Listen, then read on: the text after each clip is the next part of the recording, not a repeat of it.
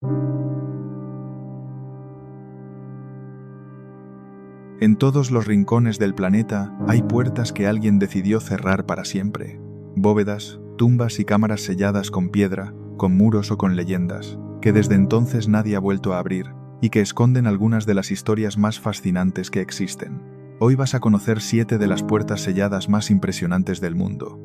Una bóveda que guarda un tesoro valorado en más de 20.000 millones de dólares y que nadie se atreve a abrir.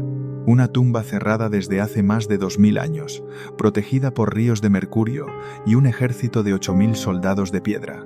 Y una puerta que se tapió, según muchos, para impedir nada menos que la llegada del fin del mundo. Relájate, ponte cómodo, y bienvenidos a Detrás de la Historia.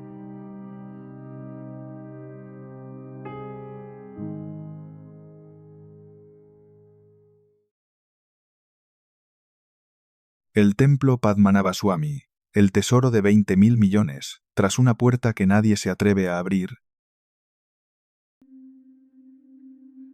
En el sur de la India existe una puerta que nadie ha conseguido abrir. Es de hierro, tiene 2 grandes cobras talladas en el metal y carece de cerradura, de pomo y de cualquier ranura para una llave. Detrás guarda una fortuna tan grande que, hasta el día de hoy, nadie se ha atrevido a tocarla. El abogado que más luchó por abrirla, un hombre llamado T.P. Sundararajan, murió de forma repentina pocas semanas después de lograr que se abrieran las demás cámaras del mismo templo, sin llegar a esta. Para muchos fieles, aquella muerte no fue casual.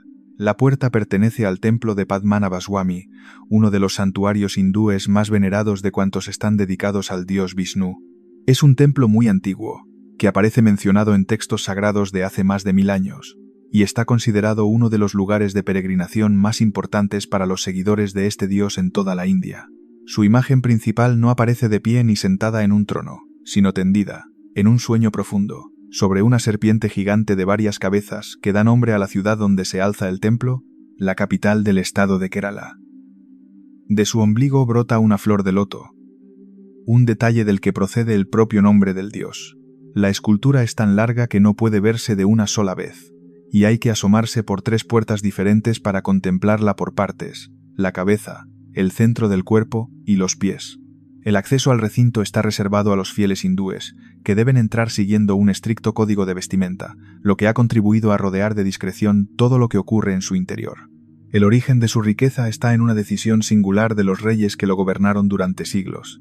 En un momento dado, uno de aquellos monarcas entregó su reino entero al dios y se proclamó su siervo, de modo que a partir de entonces reinó en nombre de la divinidad y los bienes del Estado le pertenecían oficialmente a ella.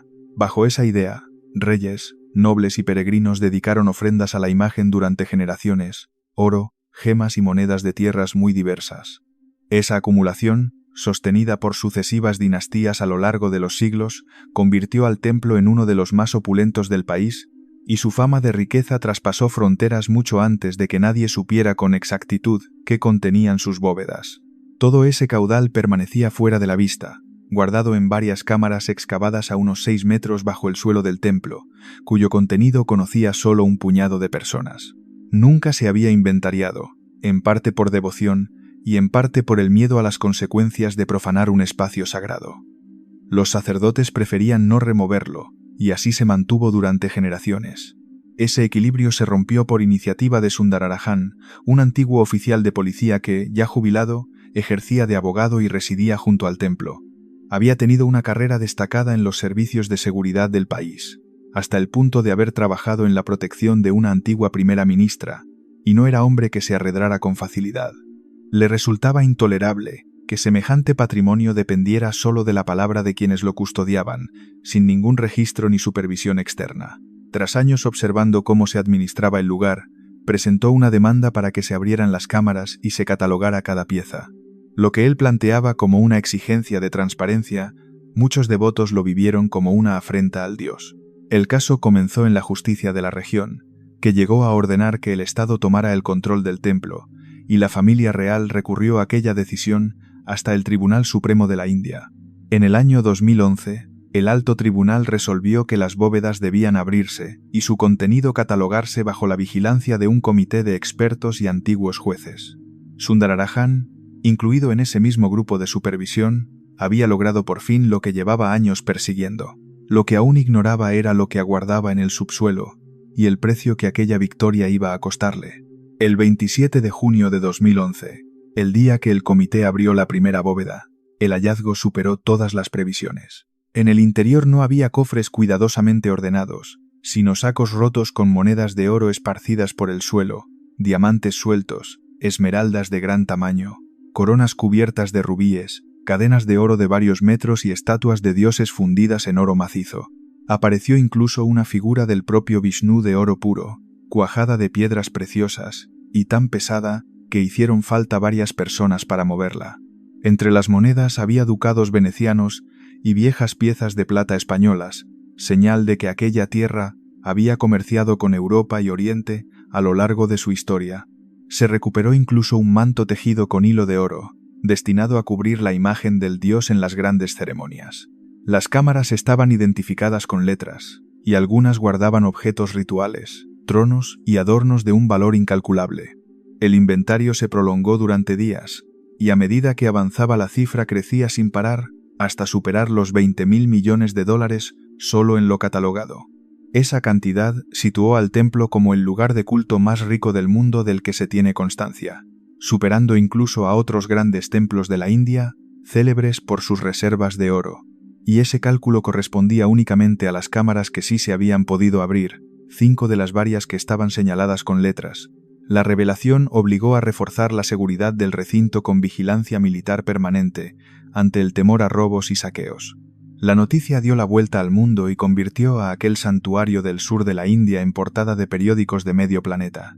Quedaba, no obstante, una cámara sin abrir, señalada con la letra B.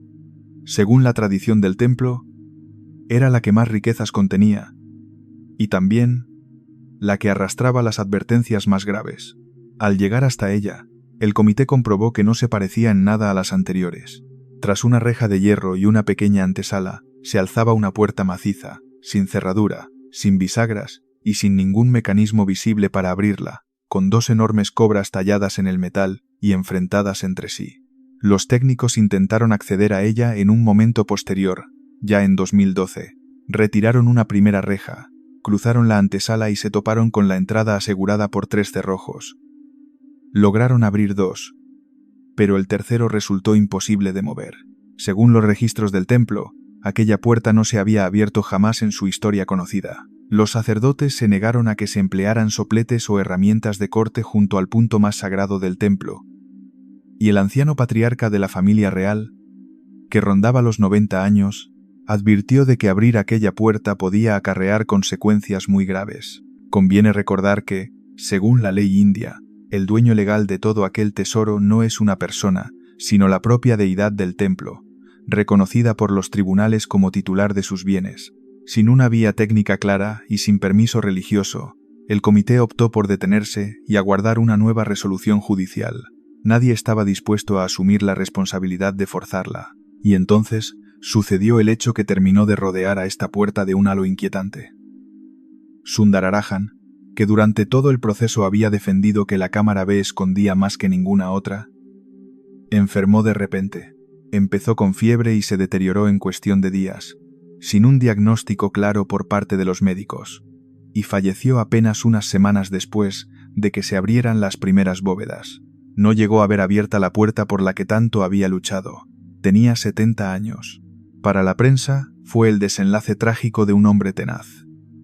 Para buena parte de los fieles, fue algo muy distinto.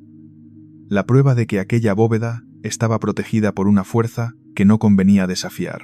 A partir de ese instante, en torno a la puerta de las cobras empezaron a circular toda clase de relatos y advertencias.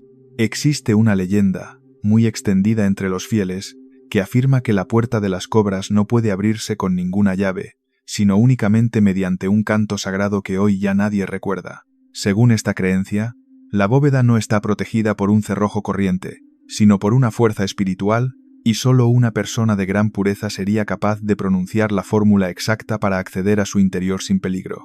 Ese canto estaría relacionado con un ave que, en la mitología india, es la enemiga natural de las serpientes. Quien forzara la entrada sin ese conocimiento, dicen, desencadenaría una desgracia de enormes proporciones, no solo sobre sí mismo, sino sobre todo el país. El relato de castigos más citado procede de un libro de viajes publicado hace casi un siglo. En él se cuenta que, en una época de dificultades económicas, unos hombres entraron en las cámaras con antorchas para llevarse parte del tesoro y se toparon con un enjambre de cobras que los obligó a salir huyendo, sin atreverse a regresar. Esa imagen, la de un grupo de serpientes vivas guardando el oro de un dios, ha rodeado a la bóveda de una reputación comparable a la de la maldición atribuida a la tumba de Tutankamón. Hay quien sostiene, además, que el hierro de la puerta no se ha oxidado en todos estos siglos gracias a una protección sobrenatural y que detrás de ella no habría una sola sala, sino varias cámaras encadenadas, una de plata, otra de oro y otra de piedras preciosas. Buena parte de ese temor, sin embargo, se apoya en un engaño concreto. Desde hace años circula por internet una fotografía en blanco y negro de una puerta cubierta de serpientes de aspecto amenazante, presentada en miles de páginas como la verdadera entrada a la bóveda B. Es falsa. No pertenece a ningún templo, sino que fue creada por ordenador por un artista para un concurso, inspirándose en una conocida escultura sobre las puertas del infierno. La puerta auténtica tiene 2 cobras talladas, sí, pero nada del aspecto infernal de esa imagen, que millones de personas siguen dando por real. Frente a la explicación mágica, algunos estudiosos ofrecen otra más terrenal. Que el supuesto conjuro no sea tal, sino un mecanismo que solo se abre con un sonido muy preciso, y que lo que se guarda dentro podrían ser también antiguos manuscritos u objetos rituales, y no únicamente oro. Descartadas las exageraciones, lo que queda es un misterio verdadero. La bóveda B jamás se ha abierto. Aquel tercer cerrojo resistió todos los intentos, y en 2020 el Tribunal Supremo devolvió la administración del templo a la familia real a través de un fideicomiso encargado de gestionarlo, con la puerta todavía cerrada. Sobre qué hacer con ella, hay 2 posturas enfrentadas. Unos defienden abrirla con tecnología moderna, estudiar su contenido y destinar esa riqueza a fines sociales. Otros consideran que no debe tocarse jamás, porque pertenece a la deidad y forma parte de una tradición milenaria que merece respeto. A esas razones se suman temores puramente prácticos. Los ingenieros advierten de que un mecanismo antiguo podría destruir parte del tesoro al forzarlo, e incluso se ha planteado que la cámara oculte un sistema de defensa, como una entrada de agua preparada para inundarla si alguien intenta abrirla por la fuerza. Ninguna de esas dudas se ha resuelto, y ningún tribunal ha ordenado, hasta la fecha, que se fuerce la entrada, de modo que el asunto lleva años completamente bloqueado. Así, la puerta continúa exactamente igual que hace siglos, con sus 2 cobras y sin ninguna cerradura a la vista. Detrás aguarda, según los cálculos, una fortuna capaz de alterar por sí sola la economía de una región entera, y sin embargo permanece cerrada no por falta de medios técnicos para abrirla, sino por una mezcla de fe, prudencia y miedo. La bóveda B se ha convertido así en una rareza en el mundo moderno, un tesoro perfectamente localizado y al alcance de la mano que la humanidad, pudiendo abrirlo, ha decidido dejar donde está.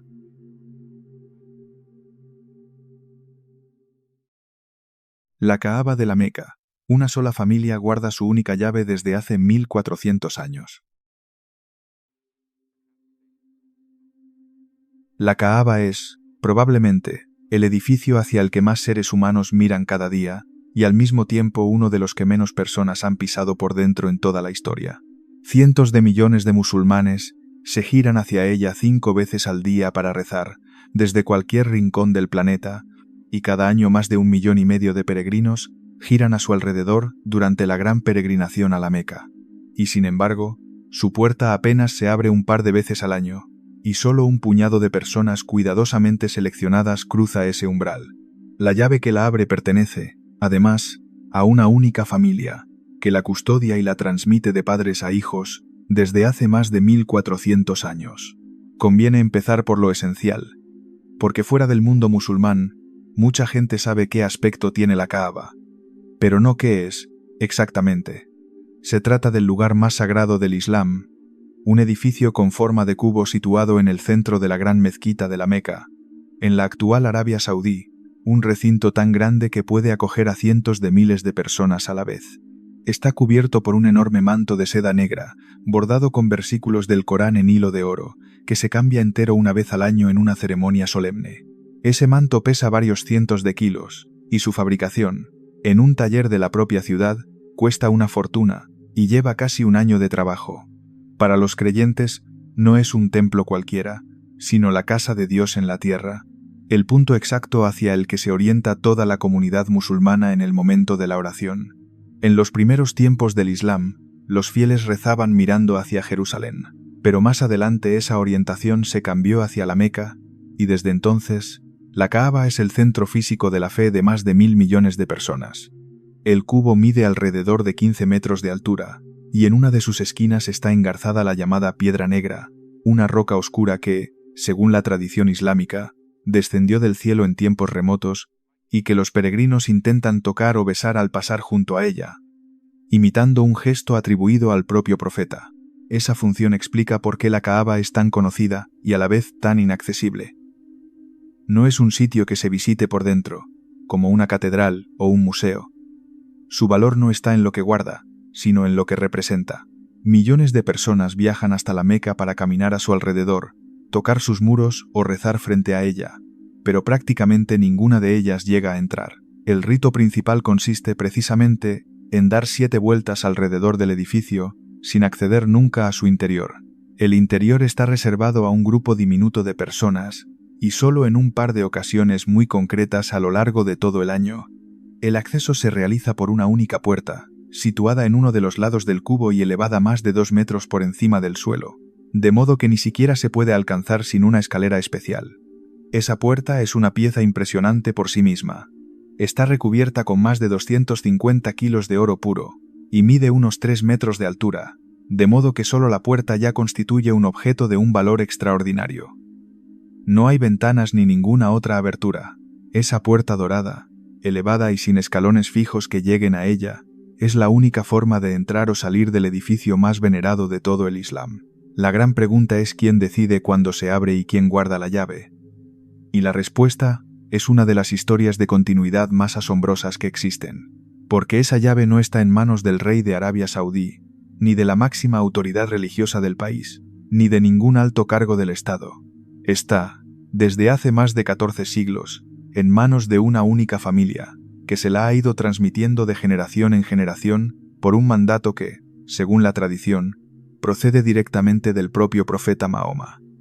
Ninguna dinastía, ninguna guerra y ningún cambio de poder ha logrado arrebatarle ese privilegio en más de 1400 años. La familia que guarda la llave de la Kaaba se conoce como los Banu Sheiba, y su historia como custodios se remonta a los orígenes mismos de la religión islámica. El momento clave ocurrió en el año 630, cuando el profeta Mahoma entró en la Meca, al frente de sus seguidores y tomó el control de la ciudad. En aquel momento, la Kaaba no era todavía un lugar musulmán. En su interior se guardaban unos 360 ídolos de las antiguas religiones árabes, imágenes de dioses a las que acudían peregrinos de toda la península. Mahoma ordenó destruir todos aquellos ídolos y purificar el edificio, dejándolo vacío para dedicarlo a un único dios. La llave del santuario la tenía entonces un hombre de la familia Sheiba, que ya ejercía como guardián de la Kaaba desde antes del Islam. Al hacerse con el control, uno de los allegados del profeta pidió que la llave pasara a manos de la nueva comunidad musulmana. Pero Mahoma tomó una decisión que sorprendió a todos. En lugar de quedarse con ella o repartirla entre los suyos, se la devolvió a la misma familia que la había custodiado siempre. Según la tradición, pronunció unas palabras que sellaron el asunto para siempre. La llave quedaría en manos de esa familia hasta el fin de los tiempos, y nadie se la arrebataría salvo un tirano injusto. Aquel gesto se interpretó como un ejemplo de un principio del Corán, el de devolver siempre lo que se ha confiado a sus legítimos dueños, y el guardián que recibió de nuevo la llave terminaría abrazando la nueva religión. Aquella frase se convirtió en una norma que se ha respetado durante más de 1400 años, y lo asombroso es que se ha cumplido a través de todos los cambios de poder imaginables. Por la Meca pasaron los primeros califas, luego los grandes imperios musulmanes, que se sucedieron a lo largo de los siglos, después el Imperio Otomano, y finalmente el actual Reino de Arabia Saudí. Cada uno de esos poderes controló la ciudad, sus rentas y sus ejércitos, pero ninguno se atrevió a tocar el privilegio de la familia guardiana. La llave siguió pasando de generación en generación, siempre dentro del mismo linaje. El cargo tiene reglas precisas. La llave no la hereda el hijo mayor de forma automática, sino el miembro de mayor edad de la familia en cada momento, que recibe el título de guardián de la Kaaba. Cuando ese guardián muere, la responsabilidad pasa al siguiente varón de más edad del linaje, en una cadena que no se ha interrumpido nunca. El guardián actual es uno de los últimos eslabones de esa larguísima sucesión. Se han contado ya alrededor de 80 custodios desde la conquista de la Meca, y muchos más si se retrocede hasta los antepasados que guardaban el santuario antes del Islam. Él es el único que abre y cierra la puerta con sus propias manos, y quien conserva físicamente la llave el resto del año. Esa llave es, en sí misma, un objeto cargado de simbolismo. Mide unos 40 centímetros y se guarda dentro de una bolsa de seda decorada con oro. A lo largo de la historia se han fabricado muchas llaves y cerraduras distintas para la Kaaba, sustituidas por los diferentes gobernantes que quisieron dejar su huella en el santuario. Muchas de esas llaves antiguas se conservan hoy en museos. Una de ellas, donada por un sultán medieval, se expone en El Cairo. Y alrededor de medio centenar se guardan en un famoso palacio de Estambul, auténticos testigos de todos los imperios que veneraron este lugar. Hay, además, una condición añadida que refuerza aún más el carácter cerrado del edificio. Aunque la familia guardiana posee la llave, no puede abrir la Kaaba cuando le plazca.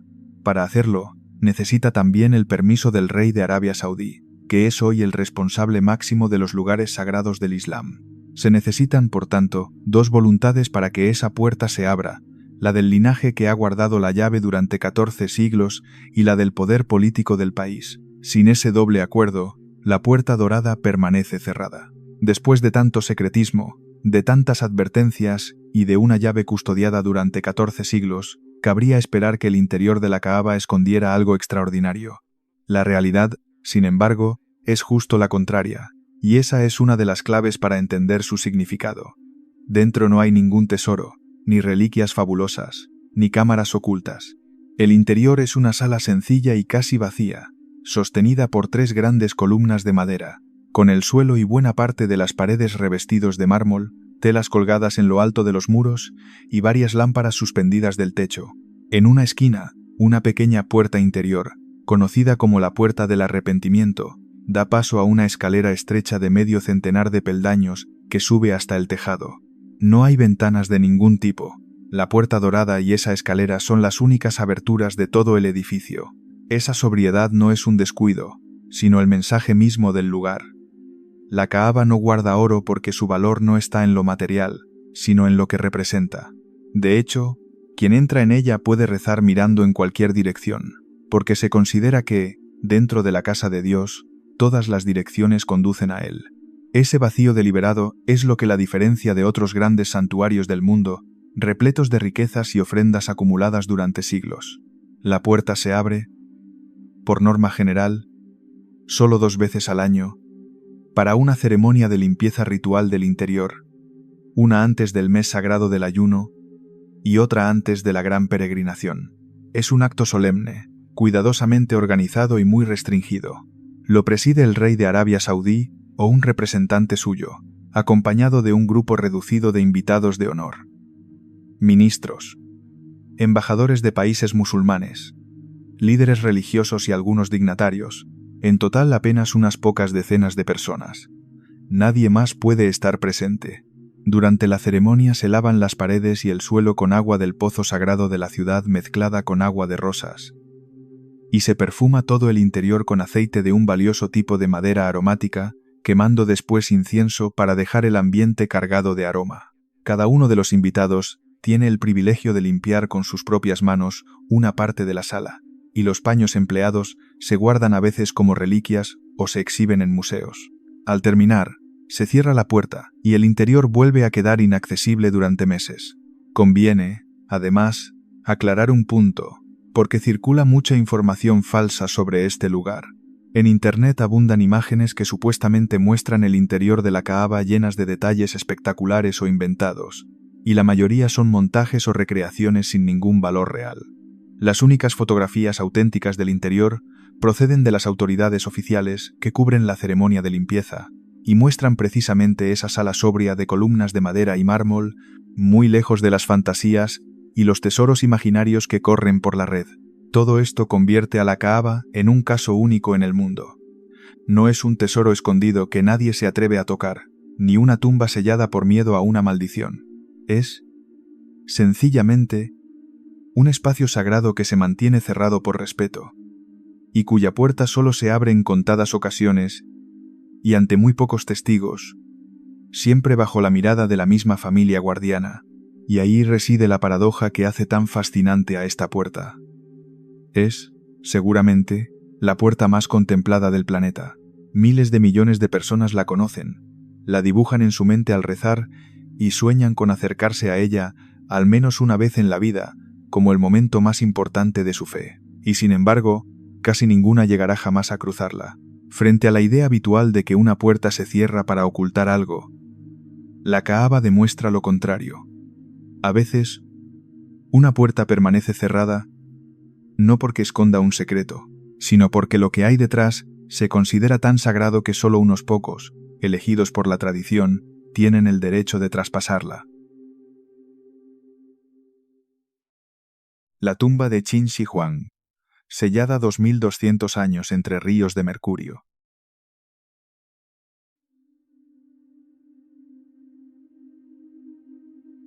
Hace más de 2200 años, un emperador ordenó que, el día de su entierro, los obreros que habían construido su tumba quedaran encerrados y sellados vivos dentro de ella, para que jamás pudieran revelar dónde estaban las trampas ni qué tesoros guardaba en su interior. Ese emperador se pasó la vida entera huyendo de la muerte, obsesionado con encontrar el elixir de la inmortalidad, y sin embargo, hoy su tumba sigue cerrada, protegida por trampas mortales, por ríos de veneno y por un ejército entero de miles de soldados de piedra. Nadie la ha abierto por completo desde el día en que se cerró. Ni los saqueadores de la antigüedad, ni los arqueólogos modernos con toda su tecnología. Es, muy posiblemente, la tumba más famosa y más temida que existe. Su dueño se llamaba Qin Shi Huang, y no era un rey cualquiera. Fue el primer emperador de una China unificada. Antes de él, el territorio estaba dividido en varios reinos rivales que llevaban siglos guerreando entre sí.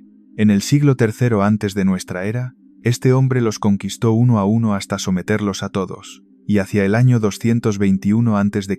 los unió bajo un solo mando, creando por primera vez en la historia el Imperio Chino. De hecho, el nombre occidental de China procede precisamente de su dinastía. Se proclamó primer emperador con la intención de fundar una dinastía que durara 10.000 generaciones y organizó el territorio en grandes provincias gobernadas directamente por hombres de su confianza. Fue un gobernante tan brillante como despiadado. Unificó la escritura, la moneda y las medidas para que todo su imperio funcionara igual, llegando a fijar incluso la distancia exacta entre las ruedas de los carros para que encajaran en los caminos. Construyó una gigantesca red de calzadas y canales, y levantó una primera versión de lo que con el tiempo sería la Gran Muralla, destinada a proteger sus fronteras. Pero también fue un tirano feroz, aplastó cualquier oposición sin piedad, ordenó quemar buena parte de los libros que contradecían sus ideas y, según las crónicas, mandó enterrar y ejecutar a numerosos intelectuales que se atrevían a criticarlo. Su palabra era ley absoluta, y su poder no tenía límites. Vivía además obsesionado con su propia seguridad, pues sufrió varios intentos de asesinato, y se cuenta que se movía en secreto entre distintos palacios para que nadie supiera nunca dónde pasaba la noche. Con todo ese poder en las manos, Qin Shi Huang desarrolló una obsesión que marcaría el final de su vida. No quería morir. Envió expediciones por mar en busca de unas islas legendarias donde, según se decía, vivían seres inmortales que guardaban el secreto de la vida eterna. Una de aquellas expediciones, formada por cientos de jóvenes, zarpó y jamás regresó. También confió en magos y alquimistas de su corte que le prometían la inmortalidad a cambio de su protección y su oro. El problema es que muchos de aquellos supuestos remedios contenían mercurio, un metal líquido, brillante y muy tóxico, que en aquella época se consideraba una sustancia casi mágica. En lugar de darle la vida eterna, aquellas pociones fueron envenenándolo poco a poco. El hombre que quería vivir para siempre murió, con toda probabilidad, a causa de aquel veneno. A los 49 años, durante un viaje lejos de la capital. Sus ministros ocultaron la muerte para evitar el caos, y se dice que cargaron el carruaje imperial con pescado podrido para disimular el olor del cadáver mientras regresaban. Pero mucho antes de morir, Qin Shi Huang ya había empezado a preparar el lugar donde descansaría por toda la eternidad. Si no podía ser inmortal en vida, al menos reinaría en la muerte, y para ello mandó construir, desde muy pronto, el mausoleo más colosal que jamás se hubiera concebido. Un proyecto tan ambicioso y tan lleno de secretos que, 2 milenios después, la humanidad todavía no se atreve a abrirlo, y que fue custodiado, para sorpresa del mundo entero, por un ejército imposible. En el año 1974, un grupo de campesinos que cavaban un pozo en busca de agua, cerca de la ciudad de Xi'an, sacaron a la luz el fragmento de una figura de barro. No tenían ni la menor idea de lo que acababan de encontrar. Al excavar, aparecieron miles de guerreros de tamaño real, hechos de arcilla, formados en filas de combate, y mirando al frente como si esperaran una orden de ataque. Era el famoso ejército de terracota, unos 8.000 soldados de barro, con sus caballos y sus carros de guerra, enterrados durante más de 2.000 años para custodiar a su emperador en el más allá. El hallazgo se considera uno de los mayores descubrimientos arqueológicos de todos los tiempos. Lo más asombroso de aquellos soldados es que no hay dos iguales. Cada uno tiene un rostro distinto, con sus propios rasgos, peinados y expresiones, como si cada uno se hubiera modelado a partir de un soldado real de carne y hueso. En origen, estaban pintados con colores vivos, pero ahí apareció el primer aviso de lo delicado que es este lugar. Al quedar expuestos al aire, después de tantos siglos bajo tierra, muchos perdieron su pintura en cuestión de minutos, dejando solo el barro desnudo que vemos hoy. Es una obra tan enorme que, después de medio siglo de trabajos, los arqueólogos apenas han excavado una parte de las fosas que rodean el conjunto. Pero, por increíble que parezca, el ejército de terracota es apenas un detalle del conjunto. Esos miles de guerreros no son la tumba, sino solo sus guardianes. Están situados a cierta distancia del verdadero corazón del complejo, un mausoleo inmenso que se extiende por decenas de kilómetros cuadrados y que está coronado por una gran colina artificial de más de 70 metros de altura. Esa colina no es natural. Se cubrió de tierra y se plantaron árboles encima para que pareciera un monte más del paisaje y nadie sospechara lo que ocultaba debajo. Bajo esa colina, a más de 30 metros de profundidad, se encuentra la cámara funeraria del emperador, el auténtico secreto de todo el conjunto. Y esa cámara no se ha abierto jamás. La construcción de semejante obra fue titánica. Según las fuentes antiguas, en ella trabajaron alrededor de 700.000 personas durante casi 4 décadas. Todo lo que sabemos de su interior procede de un único texto antiguo, escrito por un historiador chino, que vivió aproximadamente un siglo después de la muerte del emperador. Aquel relato es tan detallado como inquietante, y durante mucho tiempo se consideró más una leyenda que una descripción real. Según ese historiador, dentro de la cámara se recreó un mundo en miniatura. En el techo se representaron las estrellas y las constelaciones del cielo, y en el suelo, la geografía del imperio. Pero lo más extraordinario eran los ríos. Los grandes ríos de China, e incluso el mar, fueron imitados con mercurio, ese metal líquido, y un ingenioso mecanismo hacía que aquel mercurio fluyera y circulara como si fueran corrientes de agua de verdad. El emperador pretendía seguir gobernando su imperio entero, reproducido a sus pies, también después de muerto. Y para proteger todo aquello, el mismo texto describe un sistema de defensa mortal. Los artesanos habrían instalado ballestas cargadas y preparadas para disparar de forma automática contra cualquiera que intentara entrar, flechas listas para atravesar a los intrusos en el mismo instante en que pusieran un pie donde no debían. A esto se sumaban unas velas fabricadas con la grasa de un animal marino, pensadas para arder durante muchísimo tiempo e iluminar la tumba en la oscuridad. Y hay un detalle todavía más sombrío. Se cuenta que, junto al emperador, fueron obligadas a acompañarlo en la muerte muchas de las mujeres de su corte que no habían tenido hijos con él.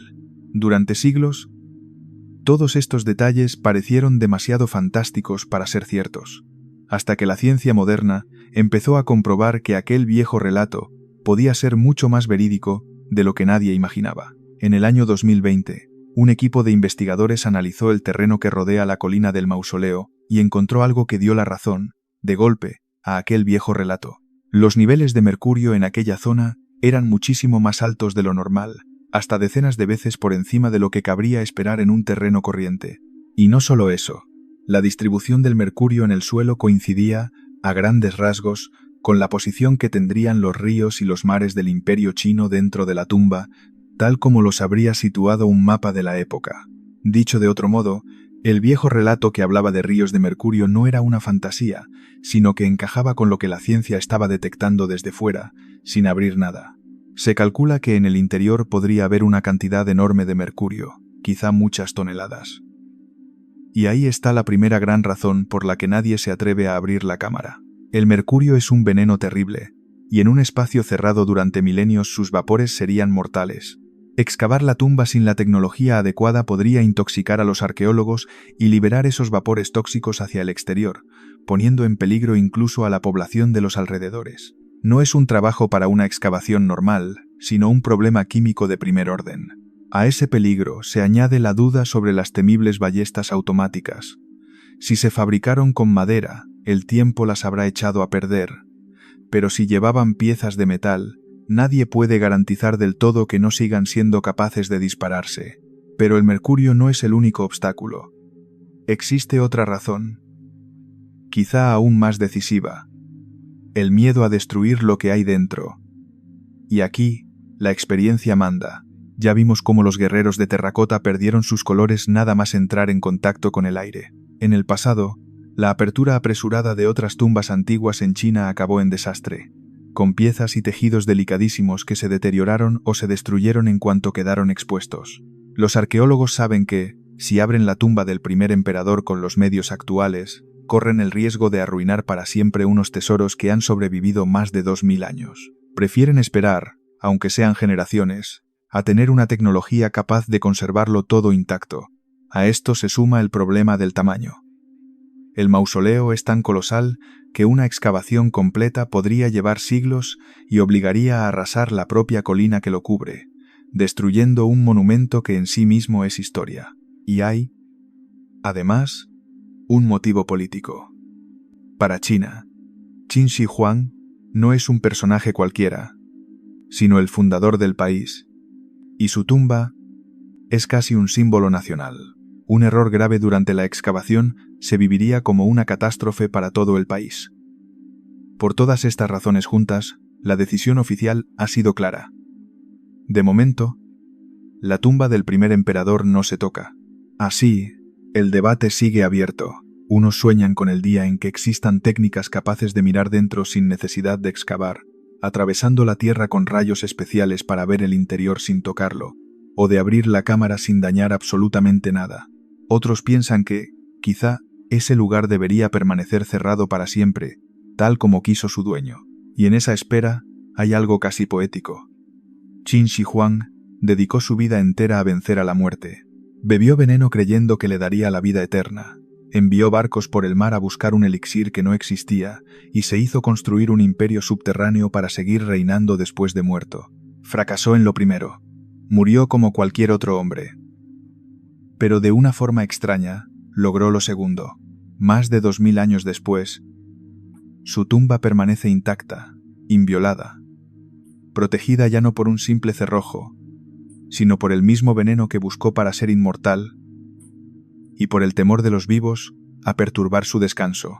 La única puerta que ni siquiera nuestra época se atreve a cruzar es, precisamente, la que guarda, desde hace más de 2000 años, al hombre que no quería morir.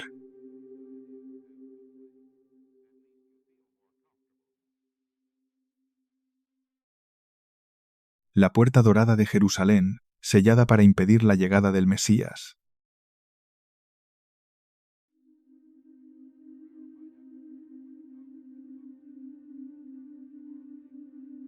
En la ciudad de Jerusalén hay una puerta que no se cerró para dejar fuera a un ejército, ni para proteger un tesoro, sino para impedir la entrada de alguien que, según muchos, todavía no ha llegado. Esa puerta lleva sellada con piedra casi 5 siglos. Es la única de toda la muralla que permanece tapiada. Y frente a ella, pegado al muro, se extiende un cementerio. Enfrente, al otro lado del valle, la ladera del Monte de los Olivos aparece cubierta por miles y miles de tumbas blancas. Dos mares de sepulturas que se miran de frente, con la puerta cerrada justo en medio. La razón de que esté cerrada tiene que ver con una de las creencias más poderosas de la historia: la llegada del Mesías, el enviado que, según distintas religiones, aparecerá al final de los tiempos, para juzgar por fin a los vivos y a los muertos. Esta es la historia de la única puerta del mundo que se cerró, según muchos, para bloquear el futuro. Se la conoce como la Puerta Dorada, aunque no tiene nada de oro, y también como la Puerta de la Misericordia. Se encuentra en el muro oriental de la explanada sagrada de Jerusalén, uno de los lugares más disputados del planeta, donde en distintas épocas se levantaron los grandes templos del pueblo judío y donde hoy se alzan algunos de los santuarios más importantes del Islam. La puerta mira hacia el este, directamente hacia el Monte de los Olivos, del que la separa un profundo barranco llamado el Valle de Cedrón. Y esa orientación, hacia el punto por donde sale el sol cada mañana, no es un detalle menor. Hay quien cree que de ahí viene incluso su nombre, por el brillo dorado del amanecer sobre sus piedras, y es también la clave que explica todo lo que rodea a este lugar. A simple vista, la Puerta Dorada no parece gran cosa. Es una construcción antigua de piedra, con dos grandes arcos gemelos que en su día fueron dos entradas separadas, cada una con su propio nombre, la Puerta de la Misericordia y la Puerta del Arrepentimiento, hoy completamente rellenas de sillares hasta arriba. En este mismo punto, ha habido puertas desde hace más de 2000 años, y la que hoy vemos, ya de por sí muy antigua, se levantó sobre los restos de otras aún más viejas. Donde antes había un amplio paso abierto, ahora solo queda muro macizo. Cualquiera que se acerque puede tocar esas piedras y comprobar que, efectivamente, no hay manera de entrar ni de salir por allí, por mucho que uno lo intente. Es una puerta que ya no es puerta, un umbral convertido en un simple trozo de pared, indistinguible casi del resto de la muralla salvo por la forma de sus arcos. Lo que la hace única no es su aspecto, sino su significado. Jerusalén es una ciudad rodeada por una imponente muralla con varias puertas, todas ellas en uso, por las que entran y salen cada día miles de personas. Todas, menos esta.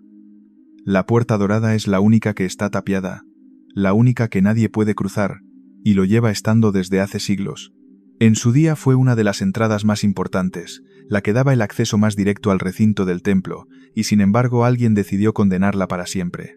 Para entender por qué una sola puerta, entre todas, recibió ese trato, hay que asomarse a algo mucho más profundo que la simple arquitectura, porque este no es un muro cualquiera. Es, probablemente, el punto más cargado de expectativas religiosas de toda la tierra. Judíos, cristianos y musulmanes, las tres grandes religiones que comparten raíces en esta región, dirigen su mirada hacia esta puerta y este monte cuando piensan en el fin del mundo, en el juicio final y en la resurrección de los muertos. Cada una tiene su propia versión de lo que sucederá, y no siempre coinciden, pero todas señalan un mismo escenario. Aquí, junto a esta puerta cerrada y a este monte, va a ocurrir algo verdaderamente decisivo para el destino de la humanidad. Y para comprender por qué esta puerta despierta tanto temor y tanta esperanza a la vez, hay que empezar por lo que cree cada una de esas tres religiones. Para el pueblo judío, esta puerta es, ni más ni menos, la puerta por la que entrará el Mesías. La tradición sostiene que, cuando llegue el momento final, el enviado de Dios bajará del Monte de los Olivos, cruzará el valle y entrará en la ciudad sagrada precisamente por esta puerta oriental, dando comienzo a una nueva era para toda la humanidad. En ese instante, según la creencia, los muertos resucitarán, y los primeros en hacerlo serán los que estén enterrados más cerca, en la ladera del Monte de los Olivos, justo enfrente. Esa idea explica una de las imágenes más impresionantes de Jerusalén. La ladera que mira hacia la puerta lleva más de 3000 años, siendo el cementerio más deseado del mundo judío. Se calcula que allí descansan más de 100.000 personas, muchas de las cuales eligieron ese lugar por un motivo muy concreto. Querían ser de los primeros en levantarse y recibir al Mesías cuando por fin cruzara la puerta. Es un cementerio pensado, literalmente, para tener el mejor sitio el día de la resurrección. Hay incluso otra creencia relacionada. Se dice que, antes de la destrucción del antiguo templo, la presencia de Dios abandonó la ciudad, saliendo precisamente por esta puerta oriental. y que por esa misma puerta regresará el día de la redención. Durante siglos, además, cuando a los judíos se les prohibió el acceso al recinto sagrado, acudían a rezar y a pedir clemencia justo ante este muro, y de ahí viene su nombre de Puerta de la Misericordia. La tradición judía encuentra, por tanto, un sentido profundo en el hecho de que la puerta esté cerrada. Una antigua profecía de sus libros sagrados anuncia que esa puerta oriental permanecería sellada y que sólo se abriría con la llegada del enviado divino. Así que, para muchos creyentes, el hecho de que hoy esté tapiada no contradice la profecía, sino que la confirma. La puerta está cerrada porque todavía no ha llegado el momento. El día que se abra será la señal de que todo ha cambiado. Los cristianos comparten buena parte de esta visión, pero con una diferencia esencial. Para ellos, el Mesías ya vino una vez, y era Jesús. Y según los relatos, fue precisamente por esta puerta por donde Jesús entró en Jerusalén montado en un burro, aclamado por la multitud, pocos días antes de ser ejecutado. Aquella entrada triunfal, recordada cada año por millones de fieles, es uno de los episodios más conocidos de su historia. Por eso, para muchos cristianos, esta no es solo la puerta del Mesías futuro, sino la puerta por la que ya pasó su Salvador, y por la que creen que volverá a aparecer el día de su segunda venida, de nuevo desde el Monte de los Olivos. El Islam, la tercera de estas religiones, también considera este lugar profundamente sagrado y lo relaciona igualmente con el fin de los tiempos. Para los musulmanes, esta es la puerta de la misericordia y está ligada al día del juicio final. Según su tradición, cuando llegue ese día, la humanidad entera será juzgada precisamente en este mismo escenario, entre la explanada sagrada y el Monte de los Olivos, separados por el valle. Se habla de un puente tendido sobre ese valle que los muertos deberán cruzar. Los justos pasarán al otro lado sin problemas, mientras que los malvados perderán el equilibrio y caerán al vacío. También por eso muchos musulmanes han querido ser enterrados junto a esta puerta, para estar presentes cuando llegue el momento del juicio. Lo verdaderamente extraordinario es esa coincidencia. Tres religiones distintas, que a lo largo de la historia se han enfrentado con dureza por el control de Jerusalén, señalan el mismo muro, la misma puerta y el mismo monte como el escenario del acontecimiento más importante de todos, el final de la historia humana, cada una convencida de tener razón. En pocos lugares del planeta se concentra tanta expectativa religiosa sobre un mismo punto, y esa concentración de esperanzas y profecías es, justamente, lo que convirtió a esta puerta en un problema para quienes gobernaban la ciudad. La puerta dorada no se cerró de un día para otro, ni de una sola vez. A lo largo de la historia se abrió y se selló varias veces, según quien controlara Jerusalén en cada momento. Durante siglos, la ciudad cambió de manos una y otra vez, entre distintos imperios, reinos y ejércitos, y esta puerta oriental fue tapiada, reabierta y vuelta a tapiar según los intereses de cada gobernante. Ya había sido cerrada por los musulmanes hace más de 1000 años, luego reabierta por los cruzados cristianos cuando conquistaron la ciudad, y de nuevo sellada por el gran líder musulmán que los expulsó tiempo después.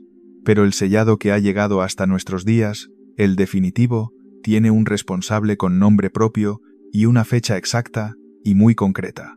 Fue el sultán otomano Solimán el Magnífico, uno de los gobernantes más poderosos de su época, quien ordenó cerrar esta puerta para siempre. En el siglo XVI, Solimán mandó reconstruir por completo las murallas de Jerusalén, que estaban en ruinas, levantando el imponente muro que aún hoy rodea la ciudad vieja, pocos años después de que su imperio conquistara la región. Y en el año 1541, en pleno proceso de reconstrucción, dio la orden de tapiar la puerta dorada con enormes bloques de piedra. Desde entonces no se ha vuelto a abrir. La gran pregunta es ¿por qué? Porque, entre todas las puertas de la muralla, mandó cerrar precisamente esta, y solo esta. Y es aquí donde la historia se mezcla con la leyenda. La explicación más aceptada por los historiadores es de tipo militar y práctico. El muro oriental era un punto débil en las defensas de la ciudad, una zona por la que un ejército enemigo podía atacar con facilidad desde el Monte de los Olivos. Tapiar la puerta reforzaba toda la muralla y eliminaba una entrada vulnerable que, además, ya no resultaba necesaria. Desde este punto de vista, no habría ningún misterio. Fue una simple decisión de ingeniería defensiva. De hecho, Algunos historiadores creen que la puerta ya llevaba cerrada desde antes, y que Solimán se limitó a mantener y reforzar una clausura que otros habían iniciado. Pero existe otra explicación, mucho más inquietante, que se ha transmitido durante siglos. Según esta versión, Solimán conocía perfectamente las creencias judías sobre la puerta, y sabía que se esperaba que el Mesías entrara por ella, de modo que habría ordenado cerrarla con un objetivo muy distinto: impedir físicamente esa llegada. Si el enviado debía entrar por esa puerta y por ninguna otra, bastaba con tapiarla para bloquearle el camino. Sea cierto o no, la sola idea de un sultán intentando frenar el fin del mundo con un muro de piedra ha alimentado la fama de este lugar hasta el día de hoy, y es la que más suele contarse. Y hay un detalle más que refuerza esa segunda teoría, uno de los más comentados de toda la historia. Justo delante de la puerta, pegado al muro, se plantó un cementerio musulmán. Según una creencia muy extendida, no fue una casualidad. La tradición judía sostiene que, antes del Mesías, llegaría un gran profeta que le prepararía el camino, y que ese profeta sería un sacerdote. Y según ciertas normas religiosas antiguas, un sacerdote no puede atravesar un cementerio para no quedar impuro por el contacto con la muerte y los cadáveres.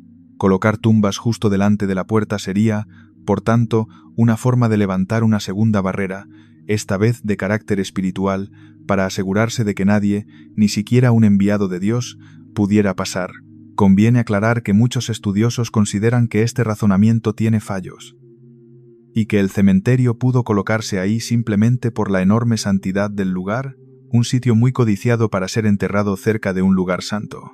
Pero, cierto o no, el resultado es una de las estampas más cargadas de simbolismo que existen. Una puerta tapiada con piedra, y delante, un cementerio, como si se hubieran tomado todas las precauciones imaginables para que esa puerta no llegara a abrirse jamás. Después de tantos siglos cerrada, cabe preguntarse qué se esconde realmente al otro lado de esos muros de piedra. Y la respuesta, como en tantas partes de esta historia, es a la vez sencilla y sorprendente. Tras la puerta tapiada no se esconde ningún tesoro ni ninguna cámara secreta, sino dos salas abovedadas, dos espacios interiores relativamente sencillos y en penumbra que en su día formaban parte del antiguo paso de la puerta. A ese interior solo se puede acceder desde dentro del recinto sagrado, bajando por unas escaleras, y su uso ha ido cambiando a lo largo del tiempo.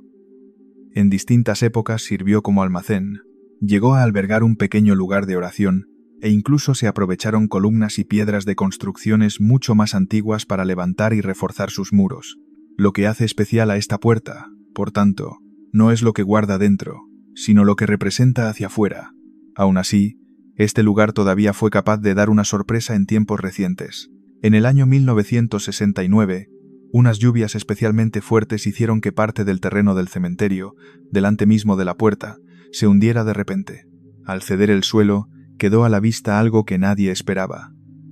Bajo la puerta actual, apareció el arco de una puerta mucho más antigua, oculto durante siglos. Un investigador logró colarse y fotografiarlo antes de que se volviera a tapar el agujero, y aquel hallazgo confirmó lo que muchos sospechaban, que en ese mismo punto había existido una entrada todavía más vieja, de la época de los antiguos templos, enterrada varios metros por debajo del nivel actual.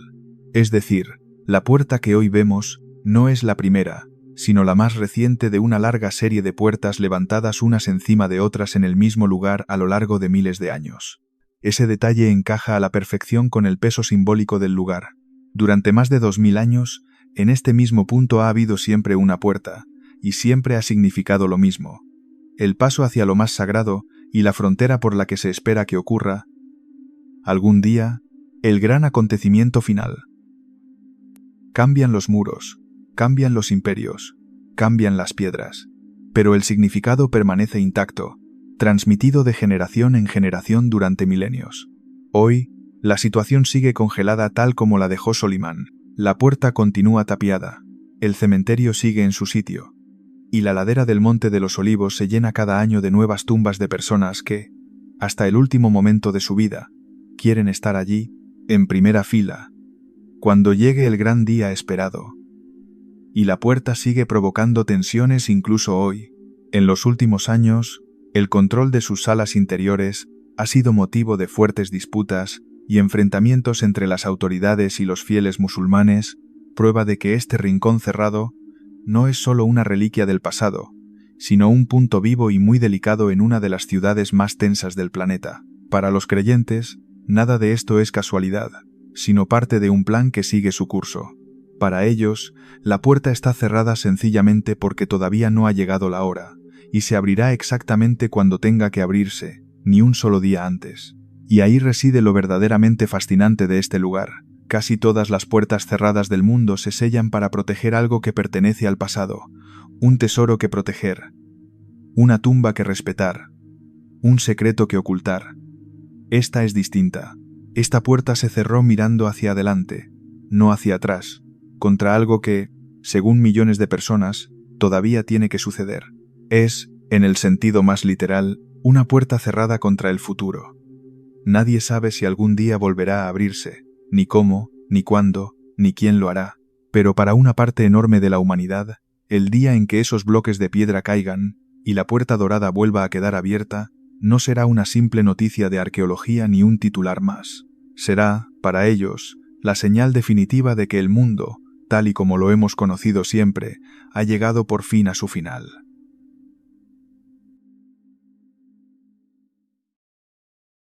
Las chincanas de Cusco, los túneles que se tragaron a quienes buscaban su oro.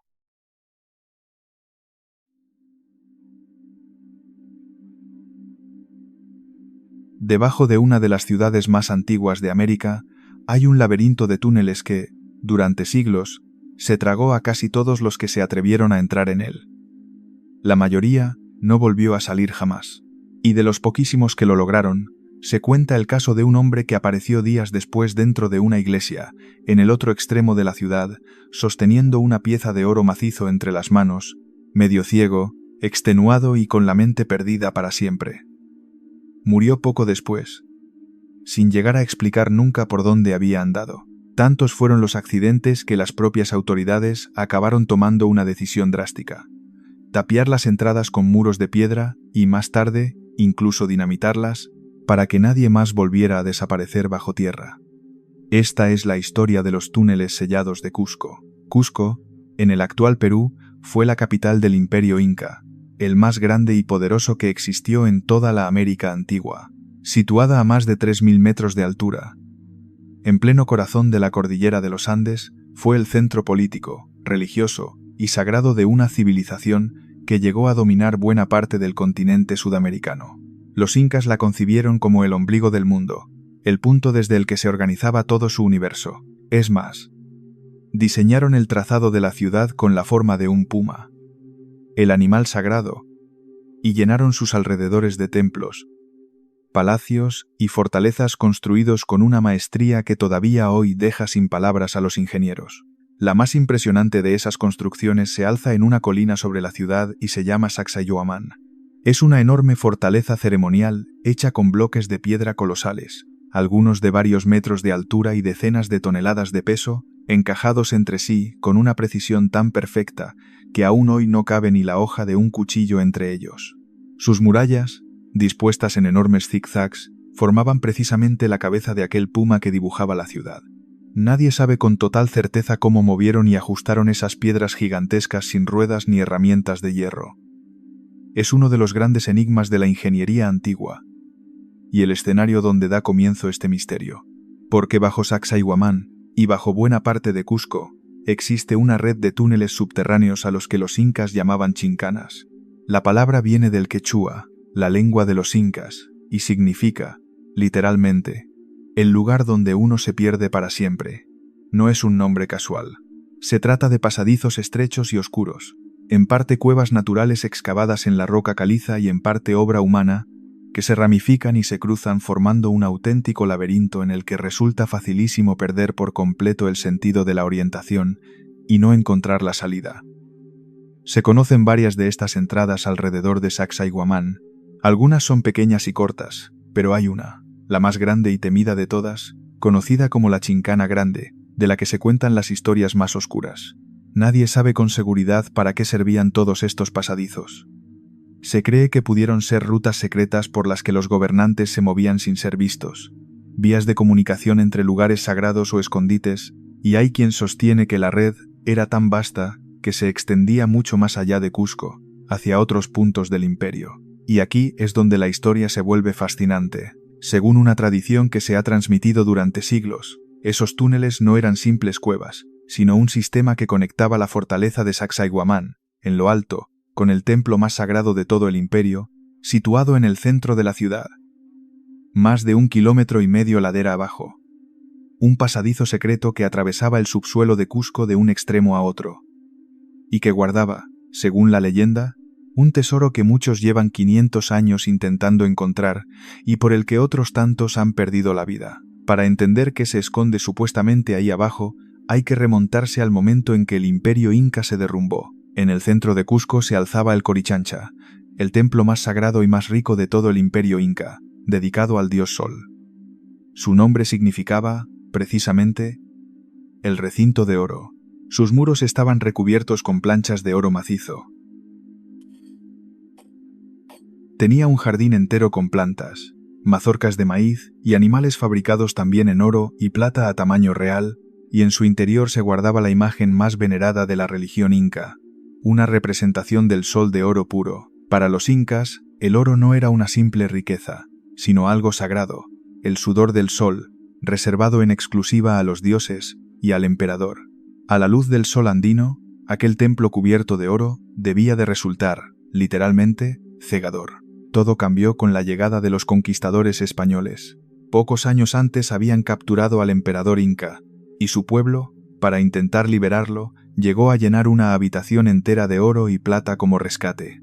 Los españoles aceptaron el tesoro, y aún así, ejecutaron al emperador, dejando claro lo que venía después. En el año 1533 tomaron Cusco. Al ver semejante cantidad de oro, se lanzaron sobre el templo.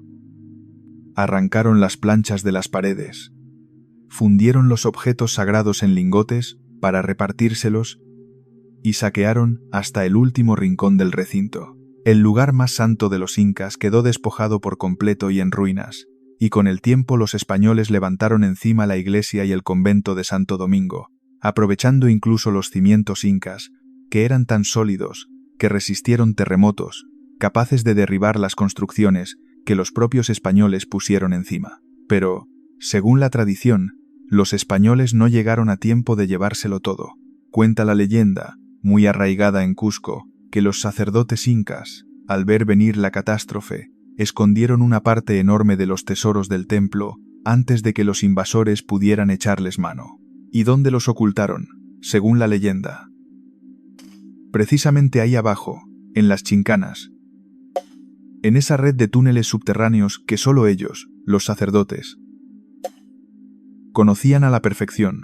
Se habla de toneladas de oro y plata, de vajillas y objetos rituales y, sobre todo, de aquella imagen sagrada del sol, que los españoles buscaron con desesperación y que jamás llegaron a encontrar. Su paradero sigue siendo un misterio hasta hoy, y muchos creen que continúa oculta en algún punto del laberinto. Esta idea, la de un tesoro fabuloso escondido bajo tierra, es la que ha alimentado durante 5 siglos enteros la obsesión por los túneles. Y no se trata solo de rumores populares.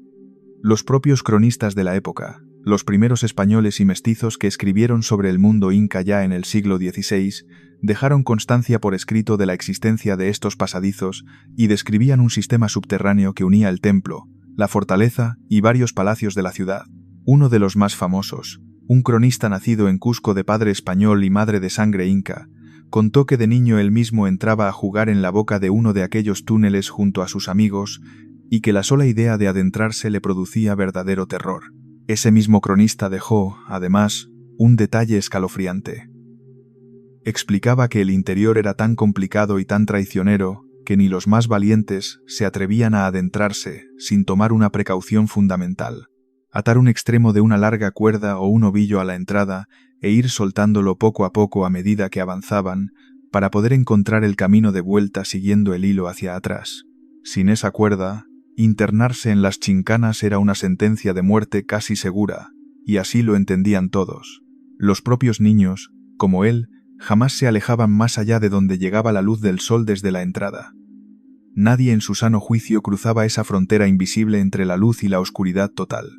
Y sin embargo, a lo largo de los siglos, hubo quienes sí se atrevieron a cruzarla en busca del oro perdido de los incas. Casi ninguno de ellos vivió para contarlo. La historia más famosa de todas, la que se repite una y otra vez en Cusco, habla de un grupo de exploradores que decidió resolver el misterio de una vez por todas. Se adentraron en la Chincana Grande equipados con cuerdas y velas, decididos a llegar hasta el final y encontrar de una vez el tesoro escondido. Pasaron los días y no regresaron. Sus familias, angustiadas, los dieron por muertos. Y entonces, cuando ya nadie los esperaba, uno de ellos apareció. Pero no salió por donde había entrado, sino a más de 1 kilómetro de distancia, emergiendo del subsuelo en el interior mismo de la iglesia construida sobre el antiguo Templo del Sol, justo en el otro extremo del recorrido que marcaba la leyenda. El hombre estaba irreconocible. Había vagado durante días en la más completa oscuridad, sin comida y sin agua, y traía en las manos una pieza de oro macizo, la prueba de que allí abajo, efectivamente, había un tesoro, pero su mente se había quebrado por completo. Deliraba, no era capaz de explicar por dónde había caminado, y murió poco tiempo después, sin poder guiar jamás a nadie de vuelta al lugar del que había sacado aquel oro. De sus compañeros no se volvió a saber nada. La oscuridad del laberinto se los había tragado para siempre. Esta historia tiene muchas versiones, y es imposible saber cuánto hay de real y cuánto de leyenda en cada detalle. Pero lo que sí está documentado es que los accidentes en estos túneles fueron reales y frecuentes. Los relatos de viajeros del siglo XIX, personas que estuvieron allí y lo dejaron por escrito, describen cómo, una y otra vez, la gente entraba en las chincanas y no volvía a salir. Uno de esos testimonios recoge un caso especialmente trágico, el de 3 niños que se perdieron en el interior del laberinto y murieron de hambre, incapaces de encontrar la salida. Ya en el siglo XX, se organizó incluso alguna expedición para intentar recorrer y cartografiar los túneles, y también entonces se perdió el rastro de varios de sus integrantes que se internaron en la oscuridad y no volvieron a dar señales de vida. Fue precisamente esa acumulación de desgracias la que llevó a las autoridades a intervenir. Según los documentos de la época, hacia 1840, la máxima autoridad política de la región, el prefecto de Cusco, ordenó tapiar varios de aquellos pasadizos con gruesos muros de piedra, harto de que la gente siguiera desapareciendo bajo tierra un año tras otro. Años después, ya en el siglo XX, se dio un paso todavía más contundente. Se cuenta que la entrada principal de la Gran Chincana fue dinamitada por soldados, por orden de las autoridades, para cerrarla de forma definitiva e impedir que exploradores y buscadores de tesoros siguieran arriesgando la vida en ella. A todo esto se sumó, además, algo más difícil de medir pero igual de poderoso: el miedo. Entre la población de Cusco se extendió, y aún perdura, la convicción de que aquellos túneles estaban malditos. Se decía, y aún se dice, que quien entra en ellos buscando el oro de los incas no vive para disfrutarlo, y que quien profana ese mundo subterráneo no regresa jamás, o vuelve sin vida o sin la razón intacta. Muchos peruanos consideran ese suelo sagrado, y creen que sencillamente no debe explorarse.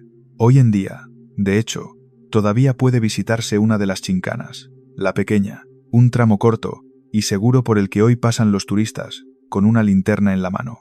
Pero la Chincana Grande, la del laberinto profundo y las leyendas más oscuras, sigue cerrada y acordonada, prohibida al público por el riesgo de derrumbe y sobre todo por el de perderse dentro para siempre. Entre las entradas selladas por la piedra, la dinamita de los soldados y el temor a la maldición, las chincanas quedaron cerradas a cal y canto, y durante mucho tiempo, condenadas al olvido. La gran pregunta seguía flotando en el aire durante generaciones. ¿Existían de verdad esos túneles y aquel tesoro, o no eran más que una leyenda tan hermosa como terrible? Durante siglos, muchos expertos consideraron que todo aquello era, en el fondo, una fantasía. Túneles que conectaban toda la ciudad, tesoros escondidos, hombres que salían de la tierra cargados de oro y locos de remate. Sonaba demasiado a cuento de viejas para tomárselo en serio, y los cronistas antiguos que hablaban de las chincanas fueron tachados de exagerados. La ciencia moderna, sin embargo, acaba de dar un giro inesperado a la historia, porque en los últimos años, un equipo de arqueólogos ha decidido tomarse en serio aquellas viejas leyendas. y lo que han encontrado ha dejado a todos boquiabiertos. En lugar de excavar a ciegas, estos investigadores combinaron dos herramientas. Por un lado, los documentos coloniales, los relatos de aquellos cronistas de hace 4 o 5 siglos que describían los túneles. Por otro, la tecnología más avanzada. Utilizaron un radar capaz de penetrar en el suelo y ver lo que hay debajo sin necesidad de cavar, además de otros sistemas que detectan huecos y cavidades bajo tierra. Con esos aparatos rastrearon el subsuelo de Cusco siguiendo las pistas de los textos antiguos, y los resultados fueron asombrosos. El radar reveló que, bajo la ciudad, existe efectivamente una red de pasadizos, tal y como decían las crónicas. Los investigadores han identificado un túnel principal de más de 1.700 metros de longitud, que enlazaría la fortaleza de Sacsayhuamán con el antiguo Templo del Sol, exactamente el recorrido que la tradición llevaba siglos describiendo. Los pasadizos estarían a una profundidad de entre 4 y 9 metros, y se han detectado también ramificaciones más pequeñas y posibles cámaras enterradas todavía más abajo. Dicho de otro modo, la ciencia acababa de confirmar una leyenda de 500 años. Los túneles existen, y están justo donde la tradición siempre dijo que estaban. Los arqueólogos encontraron, además, algo que encaja a la perfección con la historia del sellado. Hallaron restos de muros levantados precisamente para tapiar el acceso a un pasadizo subterráneo, junto con objetos y rastros que apuntan a la presencia de un destacamento de soldados en la zona, tal vez los mismos que participaron en el cierre de los túneles. Todo indica que las chincanas no fueron solo una historia oral, sino un sistema real que se conoció, se usó y finalmente se selló de forma deliberada. Para los incas, además, el mundo subterráneo no era un simple sótano, sino uno de los 3 planos en que dividían el universo. El mundo de abajo, un espacio sagrado y poderoso, lo que da a estos túneles un sentido que va mucho más allá de lo práctico. Ahora, por primera vez en la historia moderna, se prepara con enorme cautela la posibilidad de explorar esos túneles, esta vez con medios científicos y bajo la estricta supervisión del Ministerio de Cultura del país. Nadie sabe todavía qué aparecerá cuando por fin se abran los pasadizos que llevan siglos cerrados. Quizá restos de cerámica, herramientas, tejidos o incluso alguno de aquellos cordones anudados con los que los incas registraban su información, hallazgos que ayudarían a entender mucho mejor cómo vivían. Quizá cámaras vacías, saqueadas hace mucho. O quizá, solo quizá, algo de aquel oro sagrado que los sacerdotes escondieron antes de la llegada de los españoles. Y ahí reside la fuerza de esta historia. Durante 500 años, una puerta se mantuvo cerrada bajo tierra, no para proteger un tesoro del pasado, sino porque ese mismo laberinto devoraba a todo el que se atrevía a entrar en él. Se selló con piedra y con dinamita, precisamente porque mataba a quienes entraban.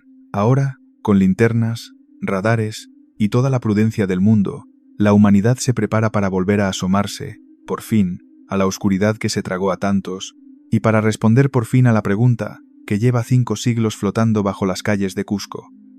¿Qué escondieron de verdad los incas en el lugar al que ellos mismos llamaron, sin rodeos, el sitio donde uno se pierde para siempre?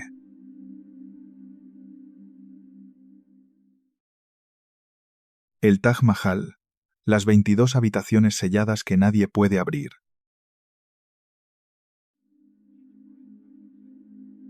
Debajo del edificio más hermoso jamás construido por el ser humano hay una serie de habitaciones cerradas en las que casi nadie puede entrar, y una cámara oculta que guarda un secreto muy distinto del que la mayoría imagina. Millones de personas visitan cada año este monumento, se hacen fotos frente a su cúpula blanca y admiran su perfección, sin sospechar que justo bajo sus pies, selladas y prohibidas al público, hay unas salas subterráneas y una cámara escondida que llevan siglos alimentando toda clase de teorías, algunas conmovedoras y otras profundamente polémicas. Esta es la historia del Taj Mahal y de lo que se esconde bajo su mármol. El Taj Mahal se levanta en la ciudad de Agra, en el norte de la India, a orillas del río Yamuna. Está considerado una de las nuevas 7 maravillas del mundo y para mucha gente, sencillamente el edificio más bello del planeta. Es un enorme mausoleo de mármol blanco, coronado por una gran cúpula y flanqueado por 4 altas torres, cubierto de una decoración tan delicada que parece imposible que se hiciera a mano. Su mármol tiene además una cualidad casi mágica. Cambia de color según la luz del día, con tonos rosados al amanecer, blancos al mediodía y plateados bajo la luna. Pero, por encima de su belleza, el Taj Mahal es ante todo una cosa: la tumba más impresionante que se haya construido jamás por amor a una persona. Su historia empieza en el siglo XVII, con Shah Jahan, el emperador que gobernaba entonces un inmenso imperio en el norte de la India. Como era costumbre, tuvo varias esposas, pero hubo una a la que amó por encima de todas las demás. Se llamaba Mumtaz Mahal, un nombre que venía a significar la elegida del palacio, la joya escogida de la corte. Su matrimonio duró casi 20 años y fue, por lo que cuentan las crónicas, una unión profundamente feliz. Ella lo acompañaba a todas partes, incluso en las campañas militares, y era su consejera de mayor confianza, hasta el punto de que el emperador le confiaba el sello imperial. Juntos tuvieron 14 hijos, y precisamente ese fue el origen de la tragedia. Al dar a luz al 14º hijo, lejos de la capital y durante una campaña militar, la emperatriz murió, con apenas 39 años. Cuentan que, en su lecho de muerte, pidió a su esposo que construyera en su memoria el mausoleo más bello que hubiera existido jamás. La pérdida hundió al emperador en una desesperación absoluta. Según las crónicas de la época, se retiró durante días sin querer ver a nadie, envejeció de golpe, e incluso se dice que su cabello encaneció en poco tiempo. Se encerró en su dolor y decidió honrar a su esposa con un monumento tan grandioso que el mundo no olvidara jamás cuánto la había amado. Ese monumento sería el Taj Mahal, cuyo nombre puede traducirse como la corona de los palacios. La construcción comenzó al año siguiente de la muerte de la emperatriz y se prolongó durante unos 22 años, con un coste tan descomunal que consumió una parte enorme de las arcas del imperio. La gran cúpula central se eleva decenas de metros, y las 4 torres que rodean el mausoleo superan los 40 metros de altura cada una. Miles de obreros, artesanos, canteros y artistas trabajaron en él, y se emplearon manadas de elefantes para arrastrar el mármol desde canteras situadas a cientos de kilómetros. Se trajeron además piedras preciosas y semipreciosas de tierras lejanas para incrustarlas una a una en los muros, formando flores y motivos vegetales de una finura asombrosa. Delante del mausoleo se diseñó un enorme jardín cruzado por canales de agua, con un largo estanque que refleja la silueta blanca del edificio, de modo que el Taj Mahal parece aparecer 2 veces, una en la realidad y otra en el agua. El resultado fue una obra maestra de simetría perfecta, pensada hasta el último detalle. Pero esa perfección visible, la que todo el mundo admira desde fuera, esconde bajo tierra unos secretos que la inmensa mayoría de los visitantes jamás llega a ver. Lo primero que sorprende a quien conoce la verdad es que las tumbas que ven los turistas dentro del Taj Mahal no son las tumbas de verdad. En la sala principal, bajo la gran cúpula, hay 2 sepulcros ricamente decorados. Uno del emperador y otro de su esposa, ante los que se detienen a diario millones de visitantes. Pero, en realidad, son réplicas decorativas. Los cuerpos verdaderos no están ahí. Se encuentran en una cámara situada un piso más abajo, una cripta cerrada al público a la que apenas accede nadie a lo largo de todo el año. Antiguamente, los visitantes sí podían bajar, pero hace tiempo que se clausuró ese acceso para proteger las tumbas y la propia estructura. Esa curiosa costumbre respondía a una norma religiosa. Según la tradición del Islam, las tumbas auténticas no deben decorarse con lujos ni convertirse en objeto de vanidad. Por eso, la cámara real, la que de verdad guarda los restos, es mucho más sencilla y sobria que la sala espectacular de arriba. Los sepulcros vistosos que admiran los visitantes cumplen una función simbólica, mientras que los cuerpos descansan discretamente en el nivel inferior, lejos de las miradas. Esa cripta permanece cerrada casi todo el año y solo se abre en contadísimas ocasiones, como en el aniversario de la muerte del emperador. Hace poco, incluso, un vídeo grabado supuestamente en ese espacio prohibido se hizo viral en las redes y desató el asombro, porque casi nadie ha podido ver jamás las tumbas verdaderas con sus propios ojos. Y en esa cripta escondida hay un detalle que emociona a quien lo conoce. Todo el Taj Mahal está construido con una simetría absoluta, milimétrica, perfecta. Cada elemento tiene su reflejo exacto al otro lado. Cada torre, cada arco, cada ventana está equilibrado con su gemelo. Solo existe una única excepción en todo el edificio. Un solo elemento que rompe esa armonía perfecta, y está precisamente ahí abajo, en las tumbas. La emperatriz fue enterrada justo en el centro exacto de la cripta, en el mismísimo corazón matemático del monumento, tal y como estaba previsto desde el primer momento. Pero el emperador no había planeado ser enterrado en el mismo lugar. Cuando murió, años después, su sepulcro se colocó junto al de ella, a un lado, y ese añadido rompió por primera y única vez la simetría perfecta de todo el conjunto. El hombre que había diseñado el edificio más equilibrado del mundo acabó descansando fuera de su propio eje, ligeramente descentrado, para poder yacer así, para siempre, al lado de su amada esposa. Es el único fallo de simetría del Taj Mahal, y es, a la vez, el más humano de todos. Aquella cripta, además, estuvo protegida desde el diseño con un ingenioso truco. Las 4 torres que rodean el mausoleo no están del todo rectas, sino ligeramente inclinadas hacia afuera. De modo que, si algún día llegaran a derrumbarse por un terremoto, cayeran hacia los lados, y no sobre la tumba, dejando a salvo los cuerpos del emperador y su esposa. Porque el final del emperador fue tan trágico como su historia de amor. En sus últimos años cayó enfermo, y sus hijos se enzarzaron en una guerra por el trono. Uno de ellos, llamado Aurangzeb, venció, mató a su hermano rival y encerró a su propio padre para impedir que recuperara el poder.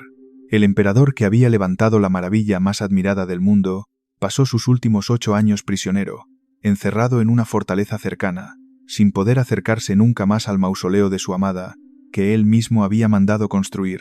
Solo le quedaba un consuelo. Desde una ventana de su encierro alcanzaba a ver, a lo lejos, la silueta blanca del Taj Mahal reflejándose en el río. Cuenta la tradición que murió contemplando aquella silueta, y solo entonces pudieron por fin enterrarlo junto a ella, en aquella cámara oculta que todavía hoy sigue permaneciendo cerrada. Pero esa cripta con las tumbas no es el único espacio sellado que esconde el Taj Mahal. Hay bastantes más, y es justo ahí donde empieza el verdadero misterio del monumento. Justo bajo la gran plataforma sobre la que se asienta el Taj Mahal, en el lado que da al río, existe una serie de habitaciones subterráneas que llevan siglos enteros cerradas a cal y canto. Se habla a menudo de 22 salas secretas, y esa cifra concreta se ha convertido en el centro de todas las especulaciones. En realidad, más que 22 habitaciones independientes, se trata de un largo corredor abovedado dividido en tramos por puertas y paredes, con ventanas en arco que en su día se asomaban al río. Este tipo de sótanos era muy común en la arquitectura de la época. Se construían como refugio fresco, donde escapar del calor asfixiante del verano indio, y todo apunta a que estas salas se usaron durante las obras y como estancia en los meses más calurosos, antes de quedar finalmente selladas. Pero el número, sea el que sea, poco importa. Lo que enciende de verdad la imaginación de la gente es que están tapiadas y prohibidas al público. Durante generaciones, esas cámaras cerradas han alimentado toda clase de historias. Hay quien asegura que ocultan tesoros enterrados, quien habla de pasadizos secretos que llevan hasta el río, y quien imagina cámaras repletas de reliquias que el imperio habría querido poner a salvo de sus enemigos. El simple hecho de que existan unas salas selladas justo debajo del monumento más famoso del mundo, a las que ningún visitante puede entrar, ha bastado para que la fantasía se dispare una y otra vez durante siglos. La explicación de los expertos, sin embargo, es mucho menos misteriosa, aunque no por ello menos interesante. Según el organismo oficial que se encarga de cuidar el monumento, esas habitaciones cumplen una función esencialmente estructural. No son cámaras del tesoro, sino parte esencial de los cimientos.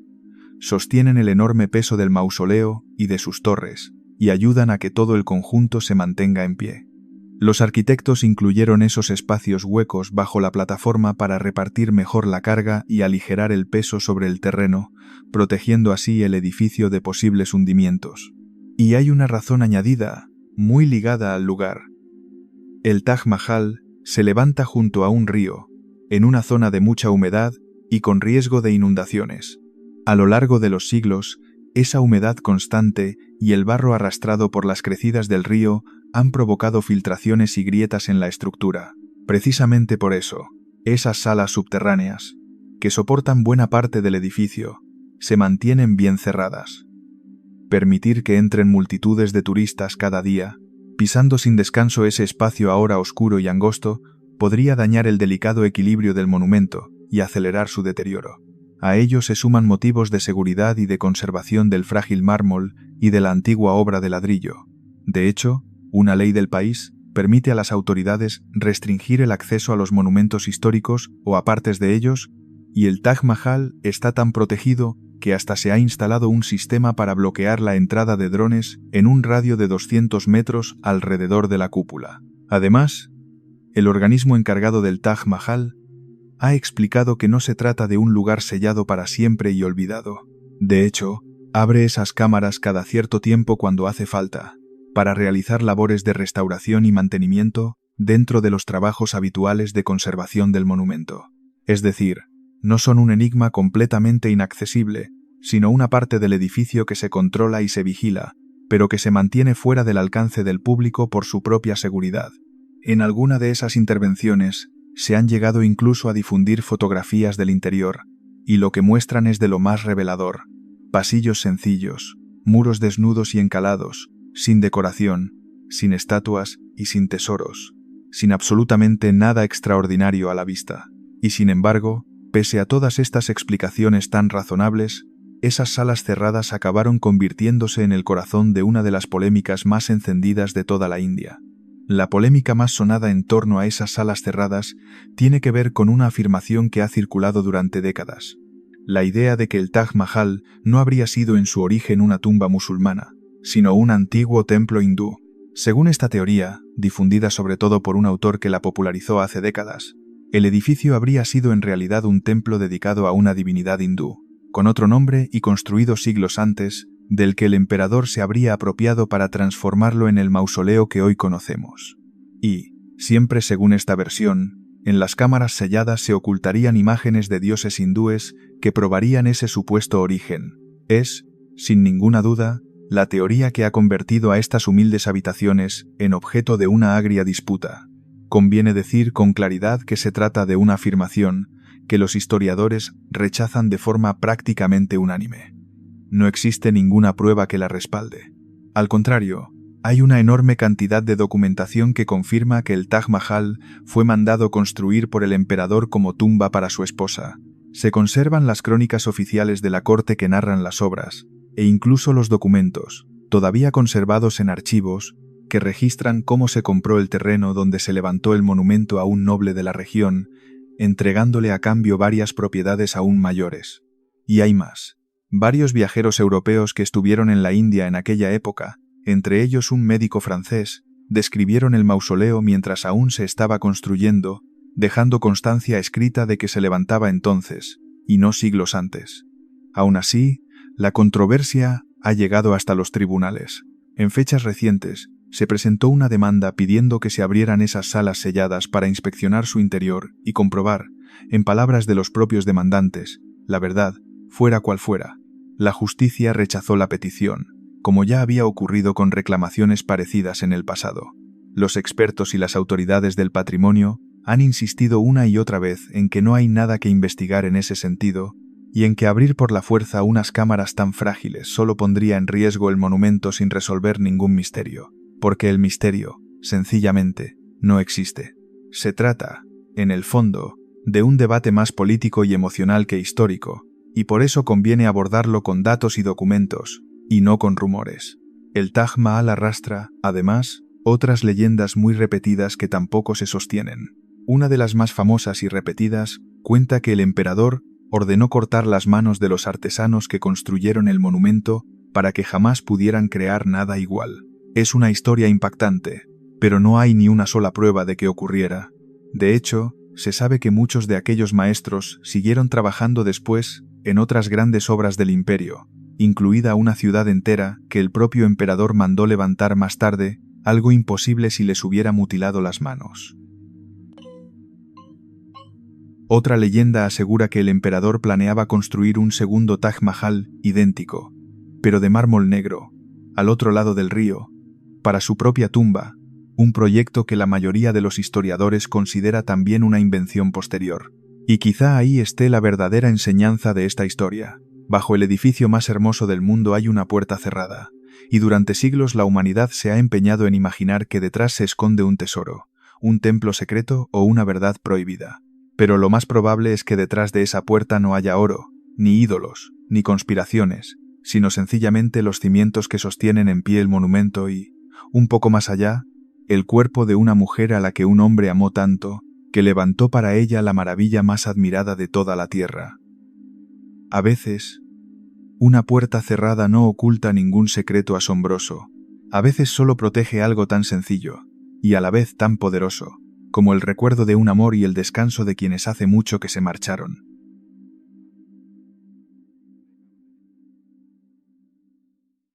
La Gran Pirámide de Giza, puertas que nadie ha cruzado en 4500 años.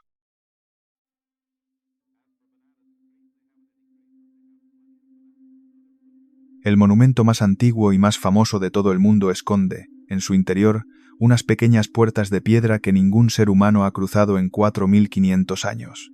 Están selladas en lo más profundo de su gigantesca estructura de piedra. Y solo hace unas pocas décadas hemos logrado siquiera asomarnos a ellas, gracias a robots diminutos y a unos rayos invisibles venidos del espacio exterior. Y por si eso fuera poco, guarda además un enigma aún mayor. El sarcófago de piedra que debía contener el cuerpo de su dueño apareció completamente vacío, y ese cuerpo, el del faraón, nunca ha sido encontrado hasta el día de hoy. Esta es la historia de la Gran Pirámide de Giza y de lo que todavía permanece cerrado en su interior. La Gran Pirámide se alza en la meseta de Giza, en Egipto, a pocos kilómetros de la actual y bulliciosa ciudad de El Cairo. Fue construida hace unos 4500 años como tumba para un poderoso faraón llamado Keops, y es la más antigua de las 7 maravillas del mundo antiguo, y con diferencia. Pero, a diferencia de todas las demás, que desaparecieron hace siglos, esta es la única que sigue en pie. Lleva ahí, imponente e intacta en lo esencial, más tiempo del que casi cualquier otra construcción humana, contemplando en silencio el paso de imperios y civilizaciones enteras. Sus cifras siguen dejando sin habla incluso a los ingenieros de hoy. Está formada por más de 2 millones de bloques de piedra, cada uno de ellos con un peso medio de más de 2 toneladas y algunos muchísimo más pesados. Con casi 150 metros de altura original, durante más de 3000 años, fue la estructura más alta jamás levantada por el hombre, un récord que ninguna otra construcción logró arrebatarle en toda la Tierra, hasta bien entrada la Edad Media. Se calcula que decenas de miles de trabajadores, organizados en cuadrillas, tardaron alrededor de 20 años en levantarla, y lo hicieron sin ruedas, sin poleas modernas ni herramientas de hierro. Por si fuera poco, la orientaron con una precisión asombrosa hacia los 4 puntos cardinales, con un margen de error mínimo que aún hoy cuesta explicar. En su origen, además, estaba recubierta por completo de piedra caliza pulida y blanca, de modo que brillaba bajo el sol del desierto como una montaña resplandeciente, visible desde muy lejos. Aquel revestimiento se fue arrancando con los siglos para reaprovechar la piedra en otras construcciones, y por eso hoy la vemos con su superficie escalonada y desnuda. Lo verdaderamente asombroso, sin embargo, no está fuera, sino dentro. A lo largo de los siglos se ha ido descubriendo que la pirámide no es un simple bloque macizo de piedra, sino que alberga en su interior todo un complejo sistema de pasadizos y cámaras. Hay un corredor que desciende hacia las profundidades de la roca y termina en una cámara inacabada excavada directamente en el suelo, justo bajo la propia pirámide. Y hay otro que asciende hacia el corazón del monumento a través de una impresionante galería de techos altísimos y escalonados, hasta desembocar en varias salas, entre ellas la conocida como Cámara del Rey y la llamada Cámara de la Reina, situada algo más abajo. Todo un mundo oculto, cuidadosamente diseñado y encajado piedra sobre piedra, en el interior de aquella montaña artificial. Y ese mundo interior fue concebido para permanecer cerrado para siempre. La pirámide no era un templo al que se pudiera entrar y salir, sino una tumba, un lugar herméticamente sellado que debía proteger el descanso eterno del faraón, custodiar sus tesoros y acompañarlo en su viaje hacia el más allá. Por eso, cuando terminó el funeral y salieron los últimos sacerdotes de su interior, todo se cerró a cal y canto, con la intención de que no volviera a abrirse jamás.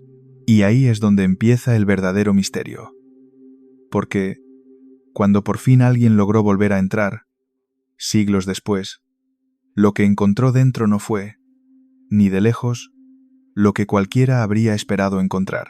Cuando el faraón fue enterrado, los constructores sellaron la pirámide de una forma ingeniosa y brutal a la vez. Para bloquear el paso que subía hacia las cámaras interiores, dejaron caer enormes tapones de granito, unos bloques macizos y pesadísimos que se deslizaron hasta encajar en el corredor ascendente e impidieron por completo el paso. Los últimos obreros, tras soltarlos, salieron a rastras por un estrecho pozo de escape antes de que la tumba quedara clausurada para siempre. Además, disimularon la entrada original en la cara exterior, cubriéndola con las mismas losas de piedra caliza pulida, de modo que la pirámide parecía por fuera una superficie lisa y sin ninguna abertura. Para cualquiera que se acercara a contemplarla, sencillamente no había puerta alguna. El faraón quedaba encerrado en el corazón de la montaña, protegido por millones de toneladas de piedra apiladas sobre su cabeza. Durante muchísimos siglos, la tumba permaneció así, cerrada, oculta e inviolada. La entrada verdadera se había perdido con el tiempo, y ya nadie sabía por dónde entrar, hasta que, muchos siglos después de su construcción, un califa árabe, ya en la Edad Media, decidido a encontrar los tesoros, que supuestamente escondía la pirámide, ordenó a sus hombres abrirse paso a la fuerza. Como no encontraban la entrada, hicieron algo brutal. Empezaron a excavar y a perforar directamente la piedra, cavando un túnel propio hacia el interior, hasta que tuvieron la suerte de toparse con uno de los pasadizos internos. Aquel túnel excavado a golpe de fuerza es, curiosamente, la misma abertura por la que los turistas entran hoy en la Gran Pirámide. Y así, por fin, aquellos hombres lograron llegar a las cámaras que llevaban sin abrirse desde el entierro del faraón. Se puede imaginar la emoción y la codicia con la que avanzaron por aquellos corredores estrechos y oscuros, convencidos de que al final de aquel laberinto los aguardaban oro, joyas y riquezas incalculables, acumuladas para acompañar al rey en la otra vida. Pero, al llegar al fin a la sala principal, la cámara del rey, se toparon con algo que no esperaban en absoluto. No había ni oro, ni joyas, ni tesoro alguno. La cámara estaba prácticamente vacía, con sus muros de granito desnudos. En el centro de aquella sala solo había un gran sarcófago de piedra oscura, tallado en un único bloque, y hay un detalle revelador. Ese sarcófago es más ancho que los pasadizos que conducen hasta la cámara, lo que significa que tuvo que colocarse allí durante la construcción, mientras se levantaba la pirámide a su alrededor. Nunca habría podido meterse, ni sacarse después, y ese sarcófago, que debería haber contenido la momia del faraón envuelta en lino y rodeada de riquezas, estaba también vacío. No había ningún cuerpo dentro, ni rastro del rey, ni de su ajuar funerario, ni de nada de lo que se suponía que debía descansar allí por toda la eternidad. La tumba mejor protegida del mundo antiguo estaba, sencillamente, desierta. Aquello planteaba un enigma que sigue sin resolverse del todo hoy en día. ¿Qué había sido del cuerpo del faraón? Y, sobre todo, ¿cómo había podido desaparecer si los enormes tapones de granito seguían aparentemente en su sitio y nadie parecía haber entrado antes que aquellos hombres? Una posibilidad es que ladrones muy hábiles hubieran saqueado la tumba en época antigua, quizá durante alguno de los periodos de caos y desgobierno que vivió Egipto siglos después, cuando muchas tumbas reales fueron desvalijadas, y se hubieran llevado el cuerpo y todo lo demás. Otra, más inquietante, es que el faraón nunca llegara a ser enterrado realmente ahí, y que la verdadera cámara funeraria, con su momia y sus tesoros, siga escondida en algún punto de la pirámide todavía por descubrir. Sea como sea, lo cierto es que, hasta el día de hoy, la momia de aquel faraón jamás ha aparecido, ni dentro ni fuera de la pirámide. Pero ese no es, ni mucho menos, el único secreto que la pirámide guarda celosamente en su interior. Dentro de la cámara de la reina, en dos de sus paredes, hay dos conductos estrechísimos que se adentran en la masa de la pirámide. Son túneles diminutos, de apenas unos 20 centímetros de lado, demasiado angostos para que quepa por ellos una persona, que ascienden en diagonal hacia el interior de la construcción. La cámara del rey, más arriba, tiene otros dos conductos parecidos, pero esos sí salen al exterior de la pirámide. Estos de la cámara de la reina, en cambio, no llegan a la superficie. Se quedan a medio camino, dentro de la piedra, sin que se sepa muy bien para qué servían. Durante mucho tiempo fueron un misterio más bien menor, hasta que alguien tuvo la idea de averiguar qué había al final de ellos. Y lo que apareció dejó a todos desconcertados. A principios de los años 90, un ingeniero diseñó un pequeño robot con orugas, del tamaño de un juguete, provisto de una cámara y una linterna, capaz de trepar por uno de aquellos conductos angostos. El robot fue subiendo lentamente, metro a metro, en total oscuridad, enviando imágenes en directo, y tras avanzar unos 60 metros por el interior del túnel, se topó con algo inesperado, una pequeña losa de piedra que bloqueaba por completo el paso, como una puertecita cerrada. Lo más llamativo es que aquella losa tenía incrustados 2 pequeños salientes de cobre, como 2 tiradores o 2 manijas en miniatura. Era, sin ninguna duda, una puerta. Una puerta minúscula, sellada, escondida en las entrañas de la pirámide, al final de un túnel por el que jamás cabría un ser humano. El hallazgo desató todo tipo de preguntas. ¿Por qué molestarse en construir una puerta al final de un conducto tan estrecho que ningún ser humano podría usar jamás? ¿Qué había detrás? Años más tarde, otra expedición envió un nuevo robot, esta vez capaz de perforar un pequeño agujero en aquella losa e introducir por él una cámara flexible. Y al otro lado, la sorpresa fue doble. No había ni un tesoro ni una cámara secreta, sino un pequeño espacio hueco, y poco después, otra segunda losa de piedra que volvía a cerrar el paso. Una puerta detrás de otra puerta, como si alguien hubiera querido asegurarse, por partida doble, de bloquear ese camino a toda costa. Y al explorar después el otro conducto, el de la pared opuesta, apareció una losa gemela, con sus propios tiradores de cobre. No era una casualidad. Eran 2 puertas idénticas, colocadas a propósito. Una exploración posterior, con un robot aún más avanzado, logró asomar una cámara al otro lado y descubrió, en las paredes de aquel reducido espacio, unas extrañas marcas pintadas de color rojizo, unos símbolos que quizá trazaron los propios constructores hace 4500 años, tal vez marcas de trabajo, y cuyo significado exacto todavía se discute. También se comprobó que los pequeños tiradores de cobre continuaban al otro lado de la losa, doblados sobre sí mismos, sin que se sepa aún qué función cumplían exactamente. Nadie sabe con certeza qué son estas puertas ni para qué se hicieron. La explicación más aceptada tiene que ver con las creencias religiosas del antiguo Egipto. Para los egipcios, la muerte no era un final, sino el comienzo de un largo viaje, y el alma del faraón debía poder ascender hacia el cielo y reunirse con los dioses y las estrellas. Durante un tiempo se pensó que estos conductos eran simples respiraderos para ventilar las cámaras. Pero esa idea perdió fuerza al comprobar que no salen al exterior. Hoy muchos creen que, orientados hacia estrellas concretas, como las de la constelación de Orión, eran caminos simbólicos para el alma del rey, y que esas puertecitas eran umbrales espirituales que el difunto debía cruzar en su viaje eterno. Puertas construidas no para ser abiertas por los vivos, sino para el tránsito de los muertos.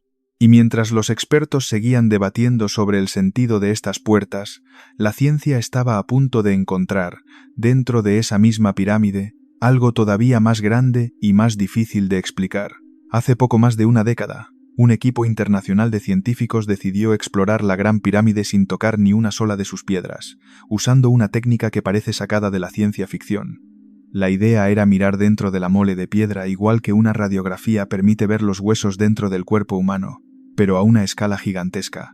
Para lograrlo, emplearon unas partículas diminutas llamadas muones, que llegan de forma natural desde el espacio, generadas cuando los rayos cósmicos chocan contra la atmósfera de la Tierra. Estas partículas atraviesan la roca sólida, pero se frenan más o menos según la cantidad de piedra que encuentran a su paso, colocando detectores especiales en el interior de la cámara de la reina y alrededor de la pirámide, y midiendo cuántas partículas la cruzaban por cada punto. Los científicos podían dibujar un mapa de su interior y detectar los espacios huecos ocultos, sin necesidad de perforar absolutamente nada. Y los resultados fueron extraordinarios. Los detectores revelaron que, en efecto, había vacíos desconocidos dentro de la pirámide, espacios cerrados que nadie había pisado ni visto jamás en toda su historia. El más impresionante de todos fue un enorme hueco situado justo por encima de la gran galería, un espacio vacío de unos 30 metros de longitud, tan grande como un avión, cuya existencia nadie había siquiera sospechado en 4500 años. Nadie sabe todavía qué es ni para qué se construyó. Se ha especulado con que podría ser una cámara desconocida, e incluso hay quien sueña con que ahí, por fin, pudiera hallarse la verdadera tumba del faraón desaparecido. Los responsables del estudio, más prudentes, advierten que no hay ninguna prueba de eso, y que bien podría tratarse de un espacio pensado para aliviar el peso de la piedra. Aquellos mismos escaneos detectaron otro hueco más pequeño, un corredor oculto justo detrás de la entrada original de la pirámide. En este caso, los investigadores sí lograron asomarse a él.